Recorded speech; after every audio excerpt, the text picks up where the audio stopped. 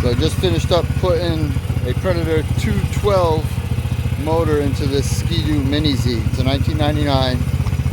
Everything I looked at said that you could do it, which you could, since I did. They said it was very easy with little to no modifications. Well, if anyone tells you that, they're full of crap, because I had to do quite a few modifications to it, but it's up and running. It's running good. Just ripped it around the yard a little bit, and got to clean it up and ship it. So here's a 1999 Skidoo Mini Z. I pulled the stock Honda motor out of it and put a Predator 212 motor into it.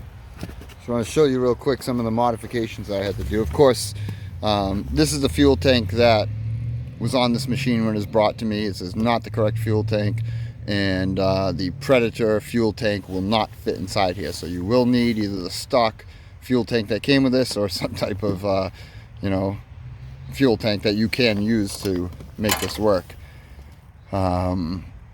When I went to go put the motor in, this part of the frame I had to cut because it does not fit with this, with the pull starter on here. You cannot fit it in here. The pull starter I had to remove and rotate to accommodate the angle of the pull cord properly, compared to where it comes stock. It comes out of like this area.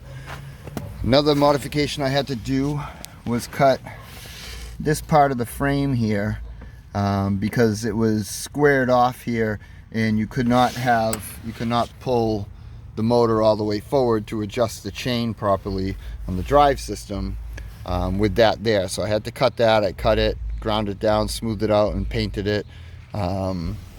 And also, because of when the motor is all the way forward, because this 212 motor is slightly larger than the stock one, the motor would also hit the steering post.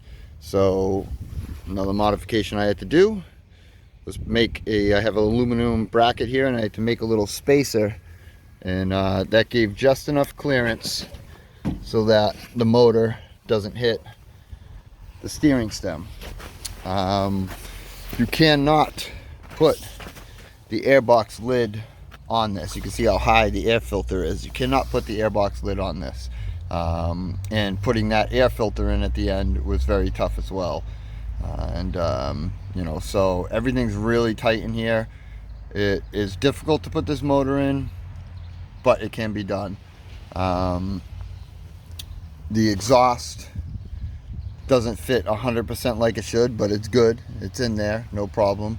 And there was a couple other things I had to do with this machine, as far as it had no key with it, so I had to cut the wires for the ignition on the harness side, and it's only 2 wires. You just jump those 2 together to jump out the ignition.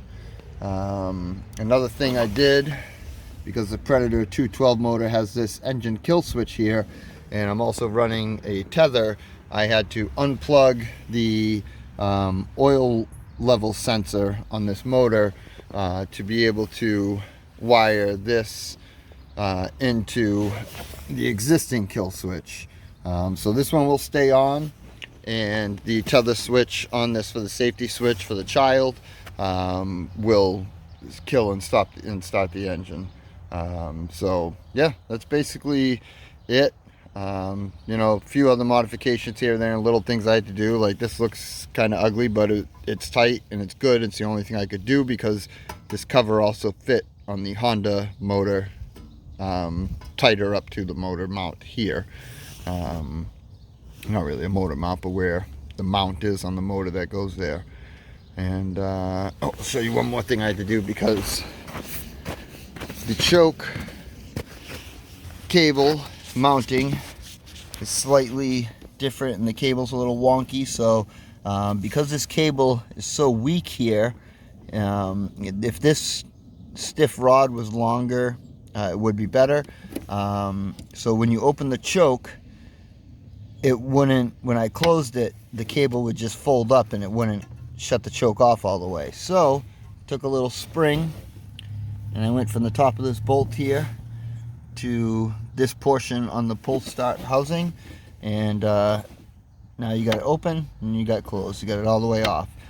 The only downfall of that is that you have to actually manually hold the choke open. You can see it stays open a tiny bit, but you have to, oh, nah. Yeah, it got stuck on this. So sometimes it does. If you can pull it right, it'll stay open a little bit. But that spring's gonna help return it all the way to the closed position. Otherwise, you would have to start up the motor, you know, if you need the choke, and you would have to fish the lanyard up through the hole inside the hood. So yeah, I made it work. It's running, runs great, and ready to go.